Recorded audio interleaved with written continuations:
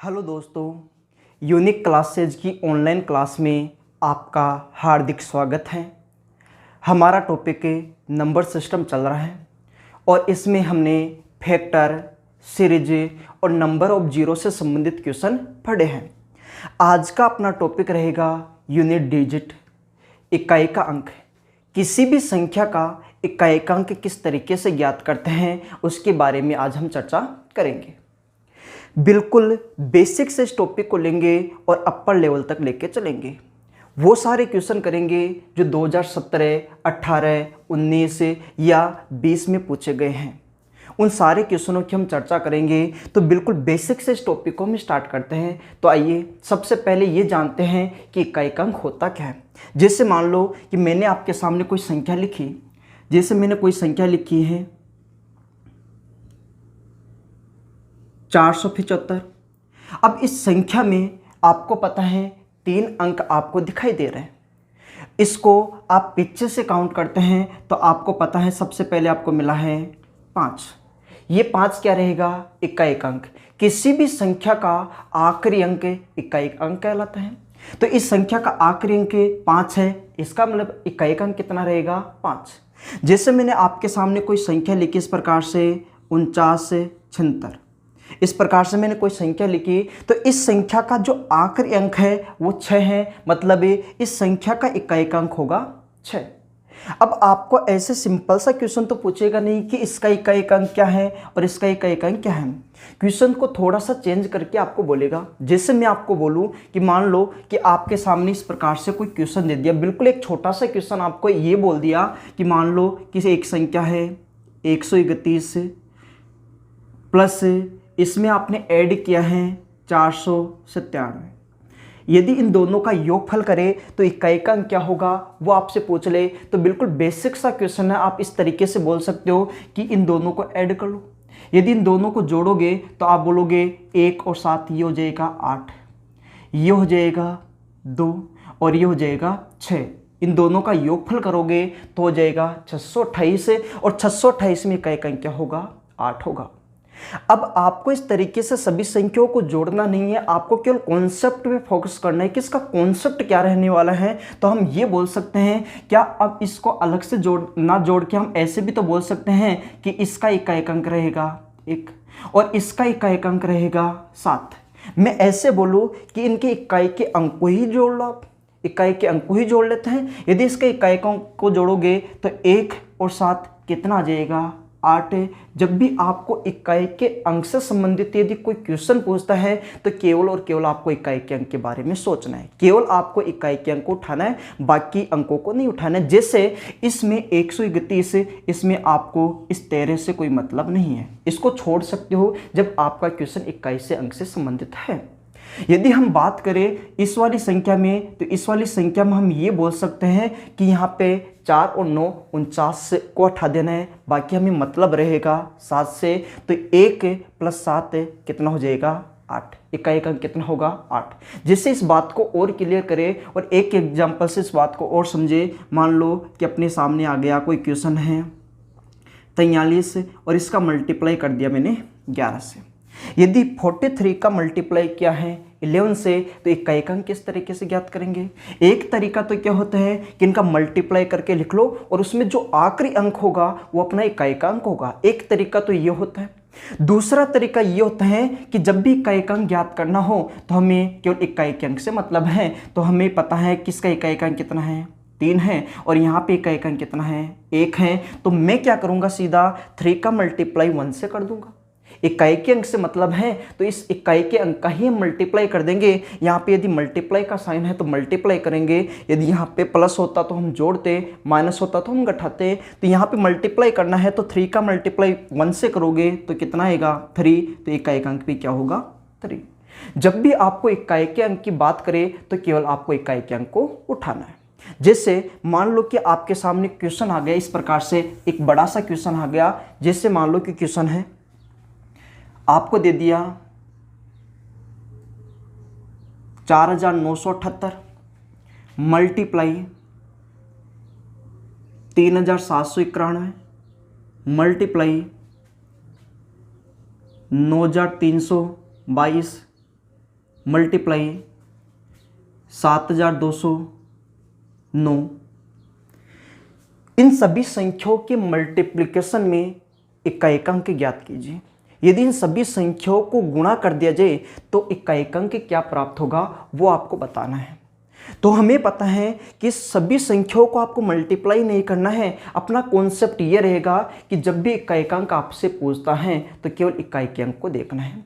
ध्यान से देखोगे यहाँ पे इकाई अंक है 8, 8 का मल्टीप्लाई सीधा करेंगे 1 से, क्योंकि मल्टीप्लाई का साइन है तो मल्टीप्लाई करते चलेंगे। तो यहाँ पे 8 का मल्टीप्लाई 1 से करेंगे तो आएगा 8। आगे बात करें, यदि फिर इसका मल्टीप्लाई कर दे 2 से और फिर मल्टीप्लाई कर दे 9 से, यदि इन इकाई के अंकों का ही यदि हम मल्टीप्लाई कर दे तो अपना काम हो जाएगा, वहीं से इकाई अंक आ जाएगा। तो हम बोलेंगे यदि 8 मल्टीप्लाई 1 होगा 8 होगा, 8 का मल्टीप्लाई 2 से होगा 16 होगा, 16 होगा और 16 का मल्टीप्लाई करोगे 9 से तो होगा 144। तो इन सभी का मल्टीप्लाई करोगे तो आएगा 144 और 144 में इकाई अंक कितना है 4 है। मतलब इन सभी संख्याओं को मल्टीप्लाई करने के बाद में जो संख्या बनेगी उसका इकाई का अंक भी क्या रहेगा 4 ही रहेगा। तो इस क्वेश्चन का आंसर अपना कितना है 4 है। यदि इसी क्वेश्चन में मैं थोड़ा सा चेंज कर दूं और आपको ये समझाने की कोशिश करूं कि मान लो कि यहाँ पे प्लस होता, यहाँ भी प्लस होता, यहाँ भी प्लस होता, फिर इकाई का अंक क्या होता।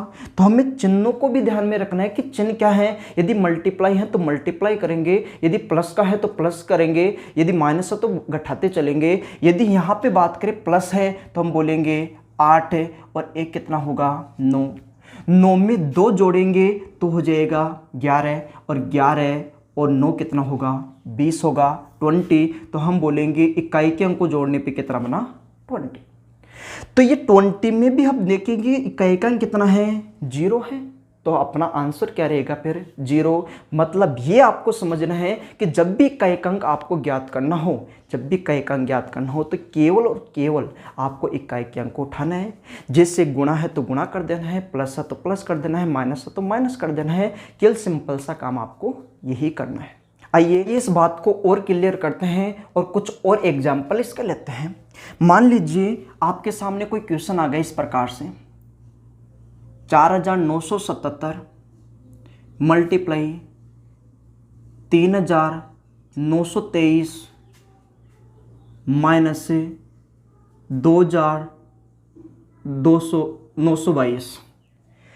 अभी इसको यदि सरल किया जाए, इसको सिंप्लीफाई किया जाए तो उसमें इकाई अंक क्या होगा यह हमें बताना है।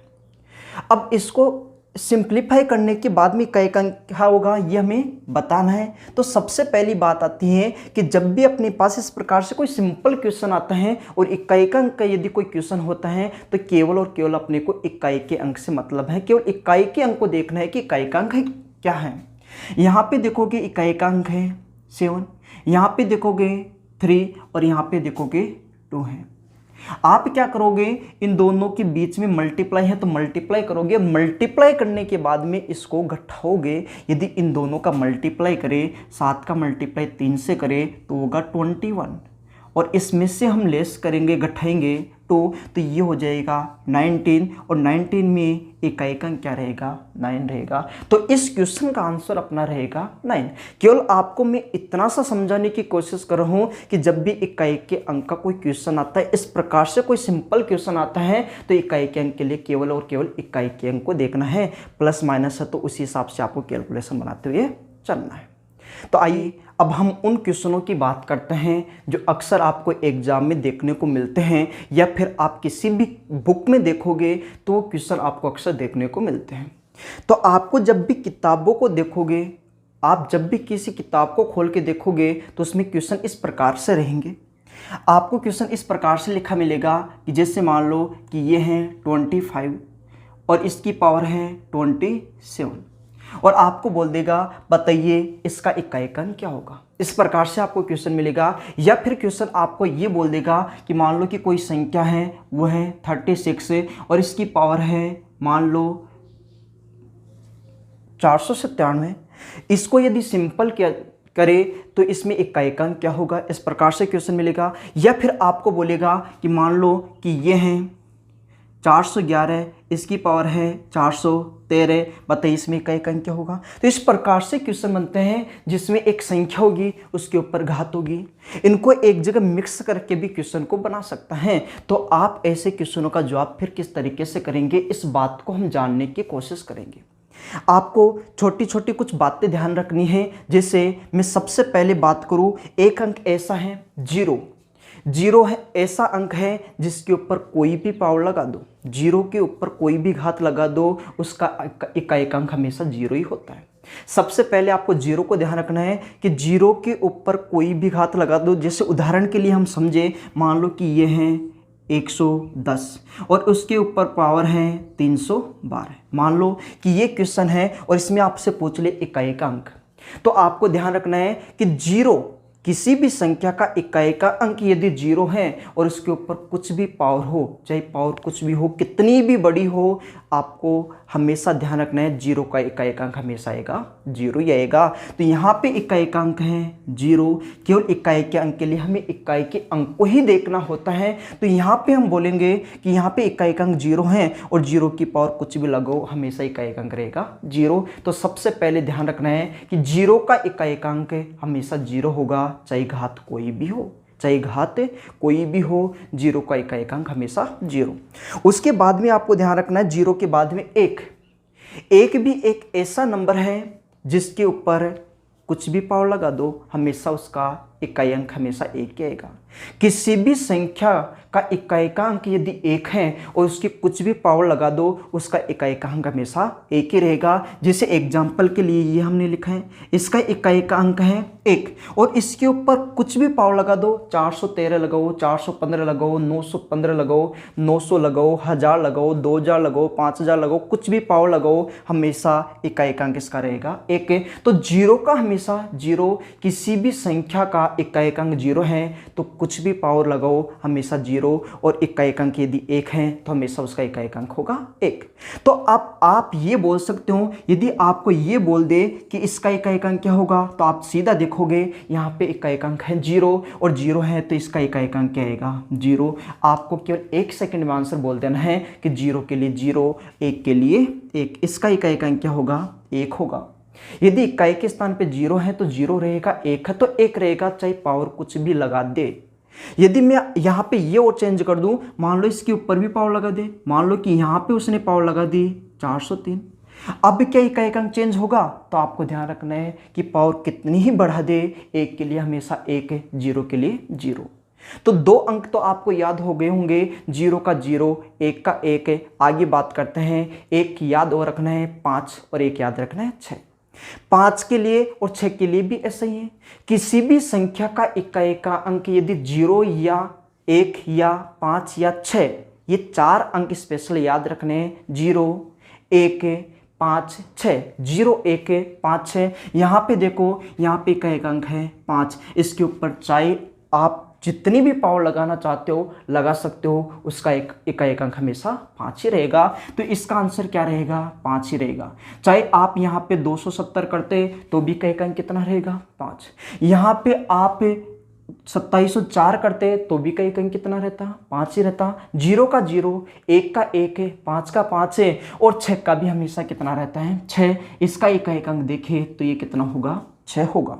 तो ये 4 अंक आपको ध्यान रखने हैं। किसी भी संख्या के इकाई के स्थान पे यदि 0 है तो इसका इकाई अंक 0, 1 है तो 1, 5 है तो 5 और 6 है तो 6। अब इसके कुछ उदाहरण हम करते हैं और इस बात को अच्छे से क्लियर करने की कोशिश करते हैं। मान लीजिए आपके सामने ये क्वेश्चन आ गया, मान लो आपके सामने इस प्रकार से क्वेश्चन आ गया। क्वेश्चन है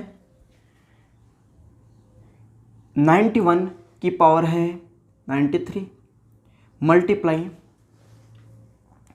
65 की पावर है 72। इसको सिंप्लीफाई करें तो इकाई अंक क्या होगा। ये आपके सामने मान लो एक छोटा सा क्वेश्चन है, बिल्कुल जीरो से इस बात को हम समझने की कोशिश करते हैं। तो हमने अभी अभी सीखा है किसी भी संख्या का इकाई अंक, मान लो कि कोई संख्या इस प्रकार से कोई संख्या है, ये इसका इकाई अंक आखिरी अंक इकाई अंक होता है। यदि यहाँ पे 0 है तो इकाई अंक हमेशा 0 रहेगा।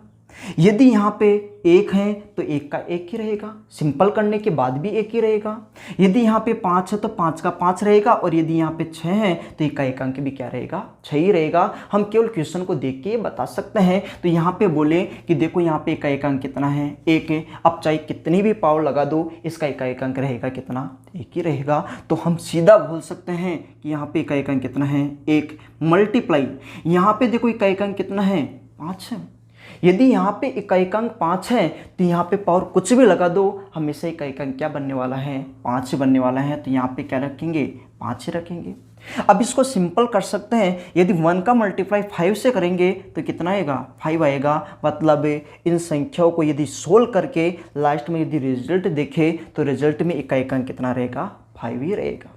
आइए इस बात को और अच्छे से क्लियर करते हैं और इसका एक एग्जाम्पल, आइए इसका एक एग्जाम्पल और लेते हैं। मान लीजिए आपके सामने क्वेश्चन ये आ गया, आपके सामने क्वेश्चन आ गया 36 की पावर 37 की पावर 39 प्लस यह है 25 की पावर 26 की पावर 29 प्लस 21 की पावर 22 की पावर 25। मान लीजिए आपके सामने ये क्वेश्चन है और इसमें आपसे पूछ लिया बताइए इकाई अंक क्या होगा। मान लीजिए ये क्वेश्चन है और इसमें आपसे पूछ लिया बताइए इकाई अंक क्या होगा। तो अभी तक हमने ये सीखा है कि यदि इकाई के स्थान पे 0 आए तो 0 ही रहेगा, 1 आए तो 1 का हमेशा 1 ही रहता है, 5 का 5 ही रहेगा और 6 का 6 ही रहेगा। इसमें कोई चेंज नहीं होगा, चाहे कितने ही पे पावर को बढ़ा दिया तक नहीं पड़ेगा। यहाँ पे पावर कितनी है, 37 है, 39 है, तो इकाई अंक पे कोई फर्क नहीं पड़ेगा, ये रहेगा 6 का 6।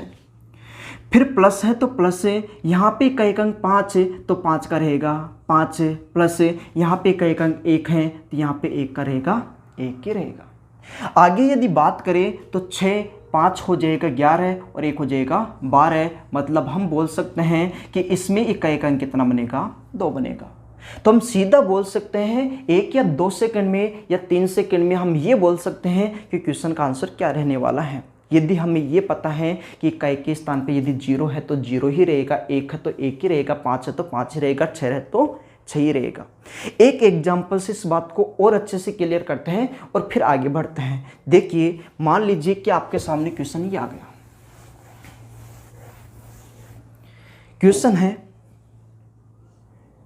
136 की पावर 47 माइनस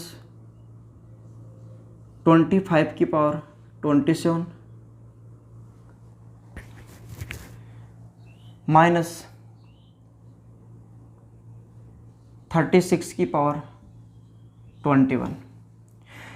यदि इसको सिंप्लीफाई करें तो इकाई अंक क्या होगा। तो हम सिंपल सी बात है इसमें ये बोल सकते हैं, यहाँ पे इकाई अंक 6 तो 6 ही रहेगा, माइनस यहाँ 5 है तो यहाँ पे 5 ही रहेगा, माइनस यहाँ 6 है तो यहाँ पे 6 ही रहेगा। ध्यान से देखोगे ये प्लस का है और ये माइनस का है, आपस में कैंसिल हो जाएगा। तो यहाँ पे क्या बच गया, -5। अब बात यहाँ पे समझनी है कि कभी भी इकाई का अंक माइनस में नहीं होता है, कभी भी इकाई का अंक माइनस में नहीं होता है। यहाँ पे क्या आ गया, -5, लेकिन इकाई का अंक कभी भी माइनस में नहीं होता है। यदि आपको लगता है कि इकाई अंक यदि माइनस में आ रहा है तो उसको आपको पॉजिटिव बनाना है, उसको प्लस में लेना है। और प्लस में लेने के लिए आप क्या करोगे, जैसे मान लो कि इकाई अंक सोल्व करने के बाद में आ गया -3, लेकिन आपको ये पता है कि इकाई अंक माइनस में तो हो ही नहीं सकता, और यदि माइनस में नहीं हो सकता तो पॉजिटिव कैसे बनाया जाए। यदि इकाई अंक माइनस में आ रहे हैं तो आप क्या करो, इसको 10 में से घटा दो। आप क्या करो, इसको 10 में से घटा दो। यदि 10 में से 3 को हम घटाएंगे तो कितना जाएगा, 7। मान लो कि आपका इकाई अंक -6 आ गया, लेकिन हमें ये पता है इकाई अंक तो माइनस में हो ही नहीं सकता।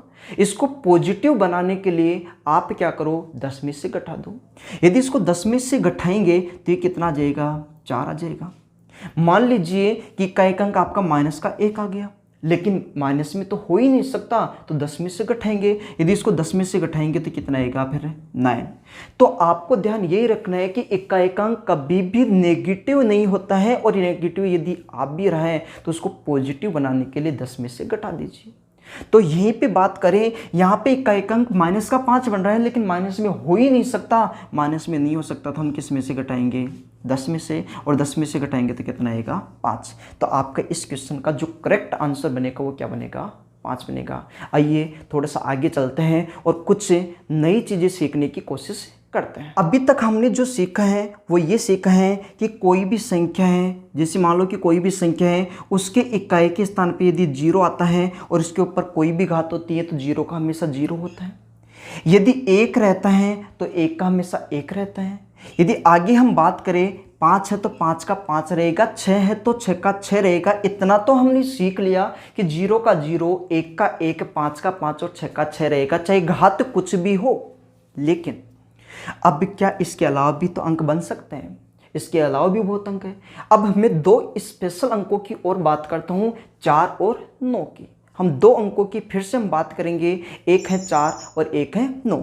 मान लीजिए कि कोई संख्या है, मान लीजिए कि कोई संख्या है, उसमें इकाई का अंक मान लो कि आ गया 4, या तो इकाई का अंक 4 होगा या फिर इकाई का अंक होगा 9, या तो 4 होगा या फिर होगा 9।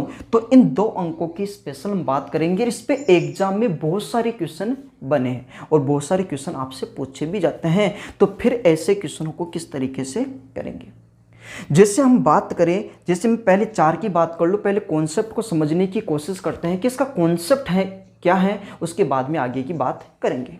जैसे मान लीजिए कि मैं ये बोलूँ कि 4 है, 4 की पावर कुछ ना कुछ होगी, 4 की पावर कोई ना कोई तो होगी। जैसे मान लो कि 4 की पावर है 1, 4 की पावर 1 है तो इकाई का अंक, मैं यूनिट डिजिट की बात करूं, यूनिट डिजिट की बात कर रहे हैं, यदि 4 की पावर 1 है तो कितना रहेगा, 4 ही रहेगा। फिर मैं बात करूं 4 की पावर 2, यदि 4 का स्क्वायर करते हैं तो क्या आता है भाई, 16 आता है, 16 है। 16 में इकाई का अंक क्या है, 6 है, तो यहाँ पे क्या हो जाएगा, फिर 6 हो जाएगा। यदि 4 की पावर 1 है तो 4 होगा, 4 की पावर 2 है तो 6 होगा। आगे बात करें, यदि मैं 4 का क्यूब कर दूं, 4 की पावर 3 करें, यहाँ पे 4 की पावर 3 करें तो हम ये बोलेंगे 4 की पावर 3 कितना होता है, 64। 4 का क्यूब कितना होता है, 64, और 64 में इकाई का अंक क्या है, 4 है, तो यहाँ पे क्या गया, 4। फिर थोड़ा सा आगे बढ़े, मैं बोलूँ आपको कि 4 की पावर 4, 4 की पावर 4 की बात करें, इसको फिर किससे गुणा कर देना है, 4 से। 4 की पावर 4 का मतलब क्या है, 4 की पावर 4 का मतलब है 4 को कितनी बार गुणा कर दो, 4 बार गुणा कर दो। यदि 4 को 4 बार गुणा करोगे, यदि इनका गुणा किया तो 16, इनका गुणा किया 16, 16 गुणा 16 कितना हो जाएगा, 256। तो हम ये बोलेंगे कि यदि 4 की पावर 4 की बात करें 256 होता है, और 256 में इकाई का कितना होगा, 6 होगा। केवल यहीं तक हम बात कर लेते हैं। अब यहाँ पे आपको एक सीक्वेंस नजर आ रहा होगा, मैं आगे भी बात करूँ तो मैं सीधा लिख सकता हूँ, 4 की पावर 5 करेंगे तो वापस क्या आएगा, 4, 4 की पावर 6 करेंगे तो क्या आएगा, 6 आएगा। तो यहाँ से हम ये बोल सकते हैं कि यदि 4 की पावर 1 के लिए 4, 4 की पावर 2 के लिए 6, वापस से क्या, 4 फिर 6 फिर वापस से 4 फिर 6 4 6, इस प्रकार से चल रहे हैं। तो यहाँ पे केवल एक छोटी सी बात अपने को समझनी है, यदि यहाँ पे घात की बात करें, यदि घात की बात करें, 1 आया, 1 के बाद में 1 के लिए 4, फिर 4 किसके लिए आया, 3 के लिए, फिर 4 आया है 3 के लिए। आगे बात करें, फिर 4 किसके लिए आया, 5 के लिए। आगे 4 किसके लिए आएगा, 7 के लिए। 1 छोड़ के 1 चल रहा है, मतलब 4 की पावर यदि सम होती है, विषम होती है, 4 की पावर विषम होती है, ये सारी की सारी संख्या कैसी हैं, विषम संख्या हैं। यदि 4 के ऊपर यदि मैं ओड नंबर लेता हूँ, मतलब 4 की पावर यदि ओड होती है, ओड का मतलब क्या हुआ, विषम। 4 की पावर यदि विषम होती है, 4 की पावर विषम होती है तो इकाई का अंक हमेशा कितना होगा, 4 ही होगा।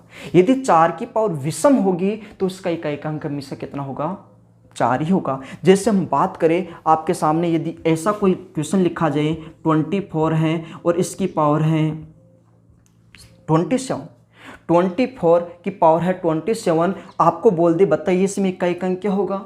एक तरीका तो आता है कि आप कॉन्सेप्ट से सारे क्वेश्चन को सोल्व करें, वो आगे हम बात करेंगे कि इसको पूरे तरीके से हम क्वेश्चन को करें तो किस तरीके से करेंगे। फिलहाल यदि आपको क्वेश्चन को देख के आंसर बताना है, 1 सेकंड में आंसर बताना है, तो हम ये बोल देंगे, देखो इकाई का अंक क्या है, 4। अब 4 है तो 4 के लिए पावर देखो, पावर क्या है, विषम है, 27 ओड संख्या है। यदि ये ओड नंबर है तो विषम के लिए क्या आएगा, 4 का 4 ही रहेगा। यदि मैं यहाँ पे पावर ये कर दूँ, पावर मान लो कि 23 कर दूँ तो ये विषम संख्या है तो क्या रहेगा, 4 ही रहेगा। यहाँ पे 25 कर दूँ तो भी क्या रहेगा, 4 रहेगा। यहाँ पे 253 कर दूँ तो भी क्या रहेगा, 4। मतलब 4 की पावर, किसी भी संख्या का इकाई अंक यदि 4 है और उसके पावर यदि विषम संख्या है तो उसके लिए इकाई अंक 4 ही रहेगा। आगे हम बात करें, यदि विषम के लिए आपको पता है 4 आ रहा है तो ध्यान से देखो सम के लिए कितना आ रहा है। ये सम है, सम के लिए कितना है, 6। ये सम है पावर 6, ये सम है पावर 6। 4 की पावर 8 होगा तो इकाई अंक 6 होगा। 4 की पावर 20 होगा तो इकाई अंक 6 होगा। 4 की पावर 24 होगा, इकाई अंक 6 होगा। 4 की पावर 50 होगा, इकाई अंक 6 होगा। क्योंकि हमें पता चल गया 4 की पावर इवन मतलब सम की बात करें, 4 की पावर सम संख्या हो, 4 की पावर में कोई भी सम संख्या हो तो इकाई अंक क्या होगा, 6 होगा। इतनी सी बात आपको समझ में आनी चाहिए। 4 की पावर विषम मतलब 4 होगा, 4 की पावर सम मतलब 6 होगा। ये आपको सीधा पता होना चाहिए। कॉन्सेप्चुअल तरीके से, बेसिक तरीके से हम क्वेश्चनों को किस तरीके से करेंगे, आगे चल के इन सारी चीज़ों को डिटेल से भी हम पढ़ने वाले हैं। फिलहाल इतना सा ध्यान रखो कि आपको ये पता होना चाहिए कि 4 की पावर विषम 4, 4 की पावर सम 6 होगा। इस बात को और अच्छे से क्लियर करते हैं, जिससे मान लो कि आपके सामने एक छोटा सा क्वेश्चन इस प्रकार से पूछ लिया जाए। मान लो कि ये है 34 और इसकी पावर यदि मैंने लिखी है 36। ये क्वेश्चन एक मैंने आपके सामने ये लिखा है और एक क्वेश्चन मैंने ये लिखा है 34 की पावर है 37। ये क्वेश्चन मैंने आपके सामने लिखा है। अब आपसे कोई बोल दे बताइए इसका इकाई अंक क्या होगा, या आपसे बोल दे बताइए इसका इकाई अंक क्या होगा, तो आपका जवाब केवल 1 सेकंड में आएगा। यदि 4 की पावर सम संख्या है, सम का मतलब है 6 होगा। इकाई अंक 4 है, 4 की पावर ये देखना है कि सम संख्या है। इकाई अंक 4 है, 4 की पावर सम है, इकाई अंक क्या आएगा, 6। यहाँ पे देखो, यहाँ पे इकाई अंक 4 है और इसकी पावर है 37। 37 एक विषम संख्या है और विषम संख्या के लिए हमें पता है 4 की पावर विषम मतलब क्या रहेगा, 4 रहेगा।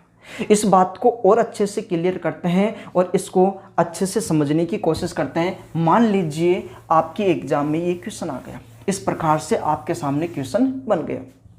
बात को थोड़ा समझने की कोशिश करना।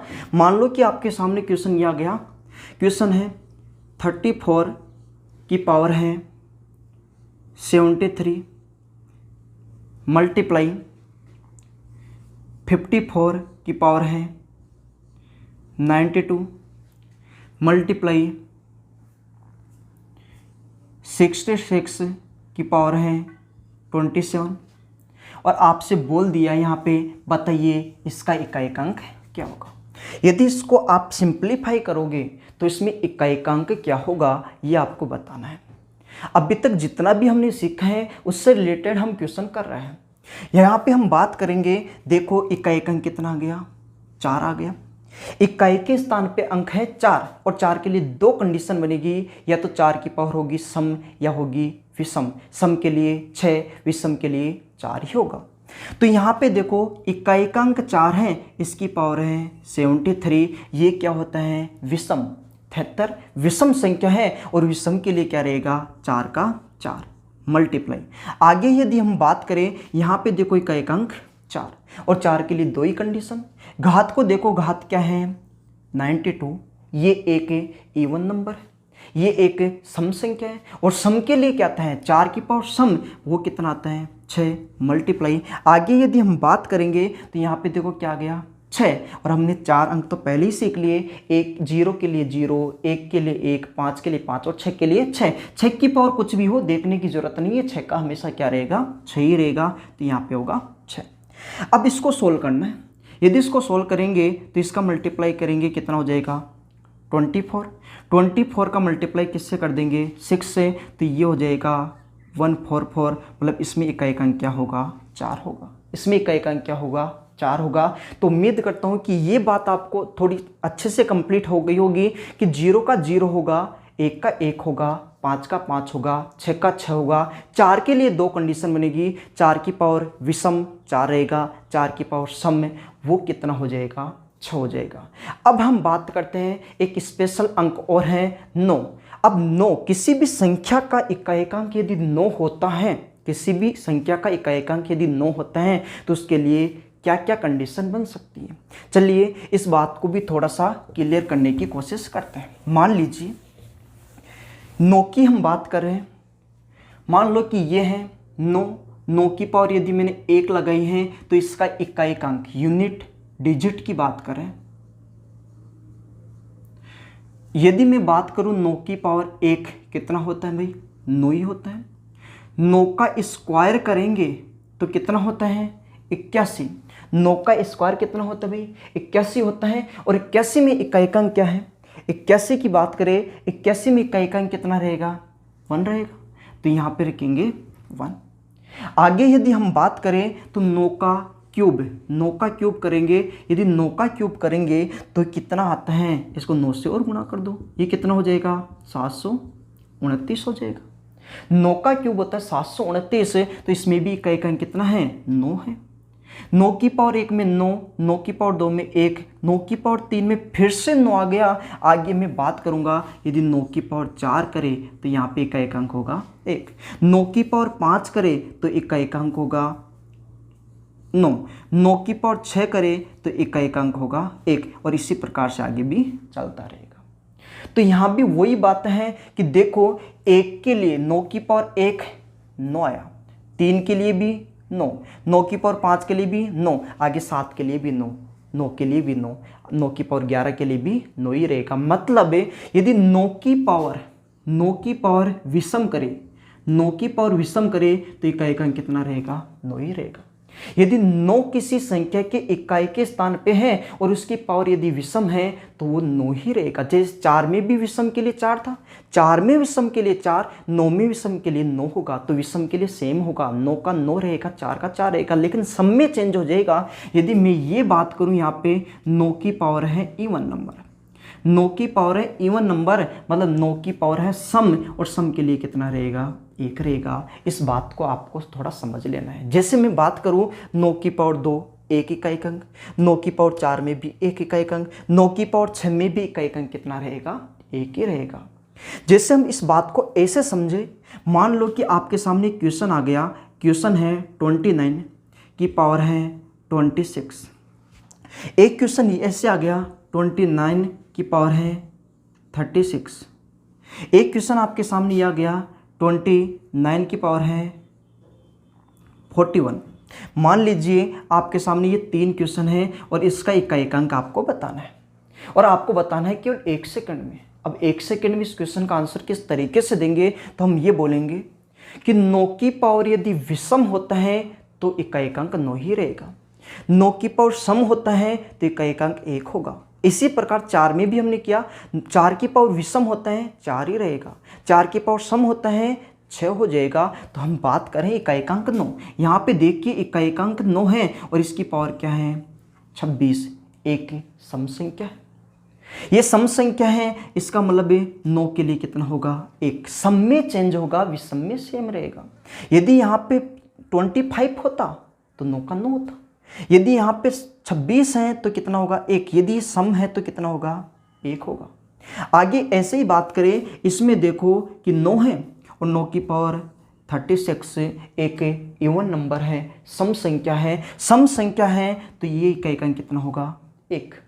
इसी प्रकार यहाँ पे बात करें हम, यहाँ पे है 9 और 9 की पावर है 41, 41 एक ओड नंबर है, विषम संख्या है, और विषम संख्या में 9 के लिए क्या रहेगा 9 ही रहेगा, 9 के लिए क्या रहेगा 9 ही रहेगा। इस बात को और अच्छे से क्लियर करते हैं और एक एग्जाम्पल से इस बात को समझने की कोशिश करते हैं। मान लीजिए कि आपके सामने क्वेश्चन इस प्रकार से एग्जाम में पूछ लिया गया, मान लीजिए कि एग्जाम में क्वेश्चन आपको इस प्रकार से पूछ लिया गया, क्वेश्चन है 59 की पावर 56 मल्टीप्लाई 74 की पावर 77 मल्टीप्लाई 66 की पावर 37 मल्टीप्लाई 69 की पावर 67 मल्टीप्लाई 34 की पावर 36। इन सभी संख्याओं के मल्टीप्लिकेशन में जो इकाई का अंक होगा वो आपको बताना है। मान लीजिए ये क्वेश्चन आ गया, ये क्वेश्चन भी वही है जो अभी तक हमने पढ़ा है, उसके अलावा मैं अभी तक क्वेश्चन नहीं लिया है। हम अभी क्वेश्चन कर रहे हैं इकाई के अंक स्थान पे 0 आए, 1 आए, 5 आए, 6 आए, 4 आए या फिर 9 आए, उन क्वेश्चनों की हम चर्चा कर रहे हैं। तो आप यहाँ पे देख के ये बता सकते हो कि सबसे पहले आपको दिखाई दे रहा है यहाँ पे इकाई के स्थान पे 9, और 9 को देख के आपके दिमाग में दो ही क्वेश्चन चलने चाहिए, या तो 9 की पावर सम या 9 की पावर विषम। विषम के लिए सेम 9 का 9 रहेगा, सम के लिए 9 का 1 हो जाएगा। तो यहाँ पे देखिए कि इसकी पावर क्या है 56, एक इवन नंबर है, सम संख्या है, और सम संख्या है तो अभी अभी हमने देखा है कि 9 की पावर सम मतलब कितना 1 होगा। मल्टीप्लाई यहाँ पे देखिए आपको मिल गया 4। अब 4 है तो 4 के लिए भी दो ही कंडीशन हो सकती है, या तो 4 की पावर सम या 4 की पावर विषम। यदि 4 की पावर यहाँ पे देखा जाए तो यहाँ पे है विषम, और विषम के लिए क्या होगा 4 का 4 रहेगा। विषम के लिए 4 का 4 रहेगा, तो यहाँ पे हम बोलेंगे 4 का 4। यदि सम होता तो कितना हो जाता 6 हो जाता, लेकिन ये पावर क्या है विषम है। मल्टीप्लाई 6 के लिए किसी को देखने की जरूरत ही नहीं है, 6 के लिए तो आपको देखना ही नहीं है, हम सीधा बोल सकते हैं कि 6 का हमेशा कितना रहेगा भाई, 6 का हमेशा रहेगा 6, तो यहाँ पे होगा 6। आगे यदि हम बात करें तो यहाँ पे बोलेंगे, देखिए यहाँ पे क्या आ गया 9 आ गया। 9 के लिए भी वही दो कंडीशन, विषम के लिए 9 का 9 और सम के लिए 1 हो जाएगा। तो यहाँ पे देखिए यहाँ पे पावर कितनी है 67 है, 1 है विषम संख्या है, विषम संख्या है तो 9 का कितना होगा 9 ही रहेगा। मल्टीप्लाई यहाँ पे देखिए 4 है और ये संख्या क्या है सम, और सम के लिए 4 का क्या होता है 6। इतना सा हमने अभी तक सीखा है, अब इसको सिंप्लीफाई करना है। यदि इसको सोल्व करें 4, 1 का मल्टीप्लाई 4 से 4 ही होगा, 4 का मल्टीप्लाई 6 से तो कितना होगा 24, लेकिन हमें इकाई का अंक चाहिए तो 24 में हमें क्या चाहिए 4। यहाँ तक मिल गया अपने को 4, फिर 4 का मल्टीप्लाई किससे होगा 9 से, कितना हो गया 36 से, 36 में इकाई का अंक कितना हो गया 6। यहाँ तक पहुँच के कितना है 6। अब 6 का मल्टीप्लाई किससे 6 से, फिर कितना होगा 36, और 36 में इकाई का अंक कितना रहेगा 6 रहेगा। तो इस क्वेश्चन का जो अपना फाइनल आंसर रहेगा वो रहेगा 6। अभी तक हमने जो सीखा है वो यहाँ पे ये सीखा है कि लास्ट में यदि 0 होगा 0 ही रहेगा, 1 होगा 1, 5 होगा 5, 6 होगा 6, 4 सीख लिया, और सीख लिया हमने 9। 4 के लिए 2 कंडीशन और 9 के लिए भी 2 कंडीशन, 4 के लिए 2 कंडीशन, 9 के लिए भी 2 कंडीशन। यदि इस 4 की पावर, यदि 4 की पावर इवन होती है या 4 की पावर ओड होती है, विषम होती है तो 4 का 4, और 9 की पावर भी ओड रहती है तो 9 का 9। इस प्रकार से भी आप याद रख सकते हो। विषम के लिए सेम होगा, लेकिन जिसमें बोलो 4 की पावर इवन है, सम संख्या है तो 4 का कितना रहेगा 6, और 9 की पावर में बोल दो इवन तो हम बोल देंगे 9 के लिए क्या रहेगा फिर 1। आइए थोड़ा सा आगे बढ़ते हैं और कुछ और एग्जाम्पल इसके लेते हैं। आइए थोड़ा सा आगे बढ़ते हैं और बाकी के जो अंक रह गए उसके बारे में हम जानने की कोशिश करते हैं। हमने अभी तक 6 अंकों की बात कर ली है, कुल मिला के 10 अंक होते हैं, उसमें 6 अंक हो चुके हैं, अब 4 अंकों की बात करना बाकी है। जिससे मैं बात करूं, 1 अंक है अपने पास से 2, 1 रह गया 3, 1 रह गया 7 और 1 रह गया 8। इन 4 अंकों की बात करनी और बाकी रह गए। इन 4 के लिए हम एक ही कॉन्सेप्ट लागू करेंगे। वैसे जो अब मैं कॉन्सेप्ट बताने वाला हूँ वो जो पहले हमने पढ़ लिया उन सभी क्वेश्चनों में भी लागू हो सकता है, लेकिन उन क्वेश्चनों में हम लागू इसलिए नहीं करते हैं कि एग्ज़ाम में हमें टाइम बचाना होता है। जितना हम एग्ज़ाम में टाइम बचाएंगे उतना ही हम ज़्यादा क्वेश्चन अटेम्प्ट कर पाएंगे। इसलिए आपको बहुत सारी चीज़ें ऐसी होगी जो मुँह ज़बानी होगी, एक एक सेकंड में आपके क्वेश्चनों को हल करवाएगी। हम वो सारे क्वेश्चन भी इस टॉपिक में करेंगे जो एग्ज़ाम में पूछे गए हैं, और वहाँ पे आपको ये पता चलेगा कि यूनिट डिजिट से क्वेश्चन किस प्रकार से पूछे जाते हैं। फिलहाल हम कॉन्सेप्ट सीख रहे हैं, अब हम कॉन्सेप्ट में इन 4 अंकों की बात करेंगे। इन 4 अंकों की हम बात करेंगे कि किसी भी संख्या के इकाई के स्थान पर यदि 2 आ जाए तो क्या होगा, 3 आ जाए तो क्या होगा, इसी प्रकार 7 आए तो क्या होगा, और यहाँ पे 8 आ जाए तो क्या होगा। किसी भी संख्या के इकाई के स्थान पे ये सारे अंक आ जाए, फिर हम क्वेश्चनों को किस तरीके से सोल्व करेंगे। जैसे मान लीजिए कि आपके सामने कोई क्वेश्चन इस प्रकार से आ गया। मान लीजिए कि आपके सामने क्वेश्चन आ गया, मान लो कि आ गया 23 और इसकी पावर आ गया 21। आपसे बोल दिया जाए बताइए इसका इकाइक अंक क्या होगा, बताइए इसका इकाइक अंक क्या होगा। या फिर मैं आपसे थोड़ा सा आगे बढ़ूं, एक और क्वेश्चन आपके सामने लिख दूं। मान लीजिए आपको क्वेश्चन इस प्रकार से बोल दिया 77 और इसकी पावर आपको बोल दी, मान लीजिए ये है 78। ये क्वेश्चन मान लो आपके सामने आ गया। मान लीजिए कि आपके सामने क्वेश्चन इस प्रकार से आ गया, मान लो कि ये है क्वेश्चन 142 और इसकी पावर आ गई 143। मान लीजिए ये क्वेश्चन आ गया, इसका इकाई अंक क्या होगा। मान लीजिए एक क्वेश्चन मैंने आपके सामने और लिखा और क्वेश्चन ये है 148 और इसकी पावर मान लीजिए ये है 733। इसका इकाइक अंक क्या होगा। मैंने आपके सामने 4 क्वेश्चन लिखे हैं, इन प्रत्येक का एक एक क्वेश्चन आपके सामने लिख दिए हैं और यहीं पे इस कॉन्सेप्ट को हम सीखने की कोशिश करेंगे कि इसका कॉन्सेप्ट है क्या, और बाकी जो हमने पिछले जो क्वेश्चन किए हैं उनमें भी ये कॉन्सेप्ट लागू होगा, सभी क्वेश्चनों में ये कॉन्सेप्ट लागू होगा। जब भी आपको लगता है कि कोई क्वेश्चन आपसे सोल्व नहीं हो रहा है तो आप एक छोटा सा काम करना, ये जो 4 अंक मैंने आपके सामने लिखे हैं, आपके सामने लिखा है 2, 3, 7 और 8, 2, 3, 7 और 8। ये वो अंक हैं जिनकी साइक्लिसिटी होती है 4 की, मतलब 4 पावर के बाद में इसके अंक वापस से वही आते हैं। 4 अंकों के बाद में इनका रिपीटेशन होता है इकाई के अंक का। जैसे मैं बात करूँ 2 की से हम इस बात को समझने की कोशिश करते हैं। यदि मैं आपसे बोल दूँ 2 की पावर 1 इकाई का अंक क्या होगा भाई, 2। फिर मैं बात करूँ 2 की पावर 2 इकाइक अंक कितना होगा भाई, 4 होगा। 2 का यदि क्यूब करे इकाइक अंक कितना होगा, 8 होगा। 2 की पावर 4 करे इकाइक अंक कितना होगा, 16 में मतलब 6, इकाइक अंक कितना हो जाएगा, 6। 2 की पावर 4 कितना होता है, 16 होता है और इसमें इकाइक अंक कितना, 6। आगे यदि मैं आगे बढ़ूँ 2 की पावर 5 की बात करें तो वापस से इकाइक अंक कितना होगा, 2 ही होगा, क्योंकि 2 की पावर 5 32 होता है तो इकाइक अंक कितना होगा, 2 ही होगा। आगे यदि और चले 2 की पावर 6 तो यहाँ पे इकाइक अंक 4 ही होगा, क्योंकि 2 की पावर 6 कितना होता है, 64 होता है और 64 में इकाइक अंक कितना होता है, 4 होता है। यदि फिर आगे हम बात करें 2 की पावर 7 तो यहाँ पे इकाइक अंक वापस से कितना आएगा, 8 ही आएगा, क्योंकि 2 की पावर 7 128 होता है और 128 में इकाइक अंक कितना रहेगा, 8 रहेगा। इसी प्रकार 2 की पावर 8 की बात करें ये हो जाएगा 256 और इसमें इकाइक अंक कितना होगा, 6 होगा। इसी प्रकार आगे बढ़ते जाए तो यही साइक्लिसिटी आगे आगे चलती जाएगी। तो आपको पता है 2 यहाँ पे 1 पावर में आया और फिर 2 किस में आ गया, 5 में। क्या मैं बोलूँ कि यहाँ से लेकर यहाँ तक आने में यहाँ पे कितने के बाद में चेंज हुआ, 4 के बाद में। 1 में आया उसके बाद में किस में आया, 5 में, तो कितने के बाद में आया, तो बीच में 3 रह गए तो टोटल 4 का अंतर रह गया।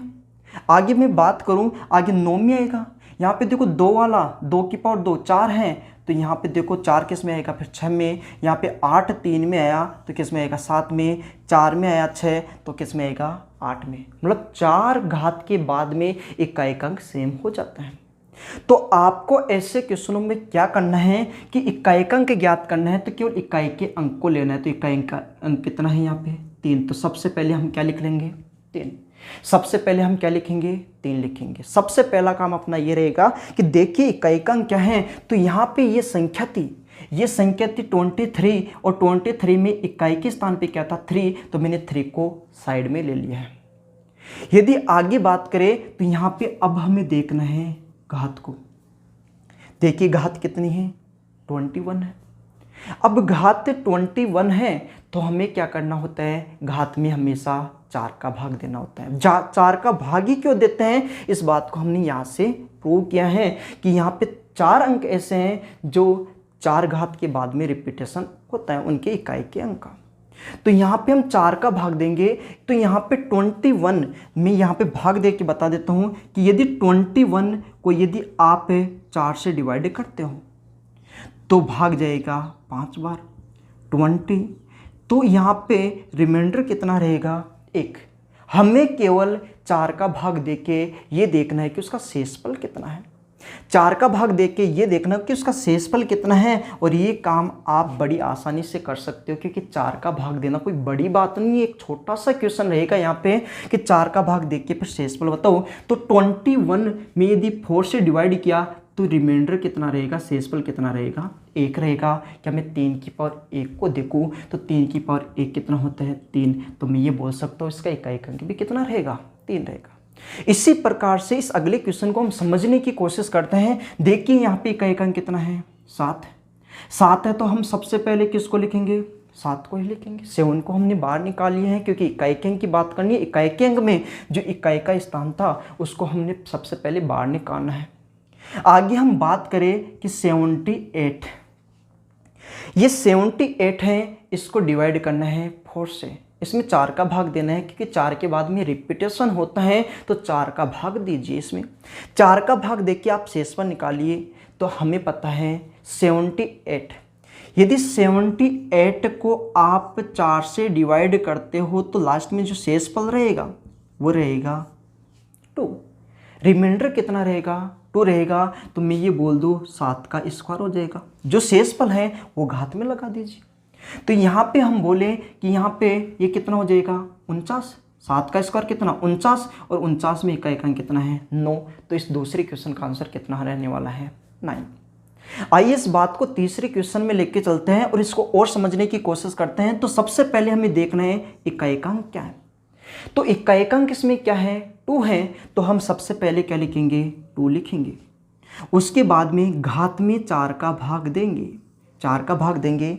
आगे अपना एक टॉपिक आएगा भाजकता के नियम, वहाँ पे हम सीखेंगे कि 4 का भाग कैसे देते हैं। यहाँ पे मैं बता देता हूँ कि मान लो कि कोई बड़ी सी संख्या आ गई, उसमें 4 का भाग देके शेषफल निकालना है, तो आप पूरी संख्या में 4 का भाग मत दो, आप केवल लास्ट के 2 अंकों में 4 का भाग दो, केवल लास्ट के 2 अंकों में 4 का भाग दो। तो यहाँ पे ध्यान से देखोगे 143 और 143 के आखिरी 2 अंक क्या हैं 43। आपको 143 में 4 का भाग नहीं देना, केवल 2 ही अंकों में भाग दे दो। ये आगे पढ़ेंगे भाजकता के नियमों में। तो हम बोलेंगे कि यदि मैं 43 में 4 का भाग दूंगा तो शेषफल कितना आ जाएगा 3 आएगा।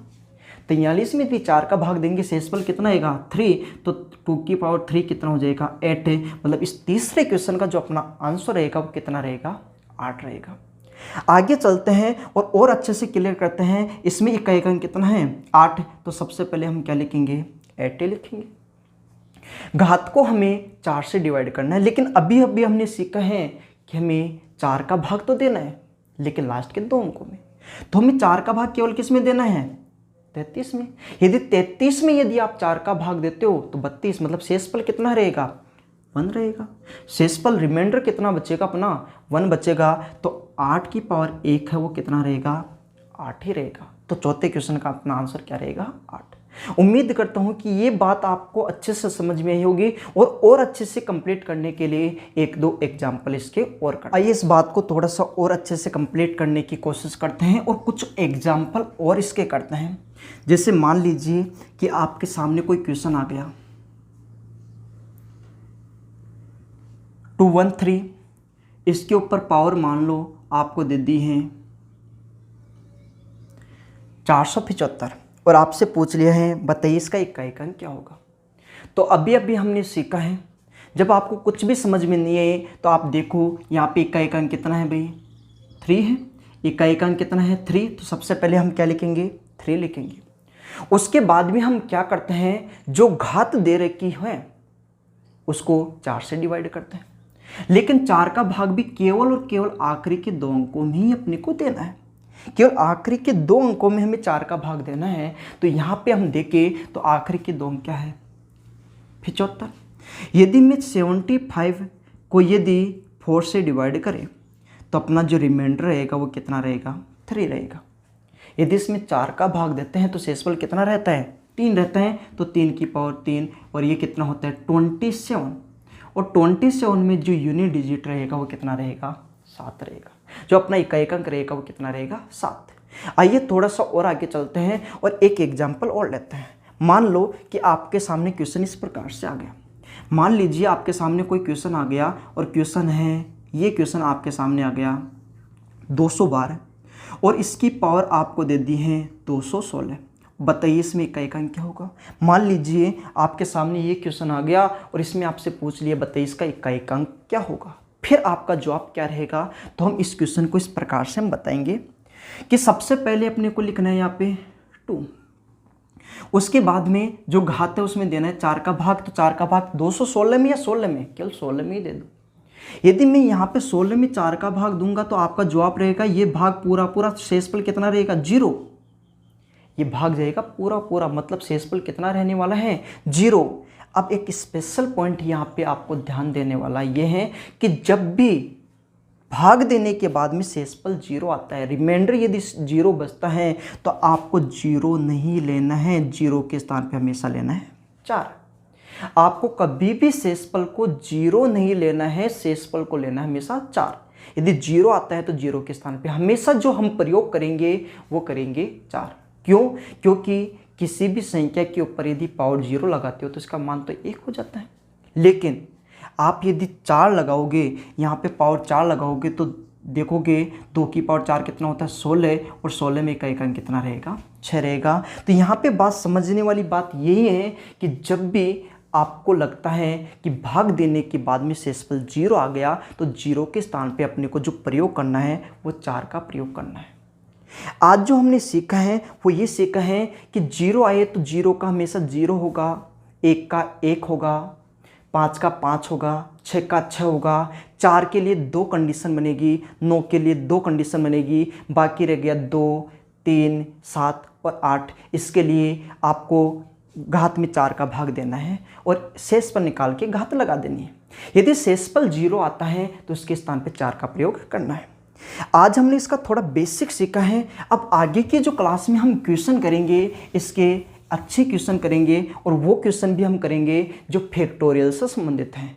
फैक्टोरियल के हम इकाई अंक कैसे निकालते हैं, लगातार संख्याओं का इकाई अंक कैसे निकालेंगे, केवल विषम संख्या हो तो इकाई अंक कैसे निकालेंगे, जब पावर के ऊपर पावर हो तो इकाई अंक कैसे निकालेंगे। जैसे मान लीजिए कि आपके सामने कोई क्वेश्चन इस प्रकार से आ जाता, 32 की पावर 32 की पावर 32, आपको बोल देता इकाई अंक क्या होगा।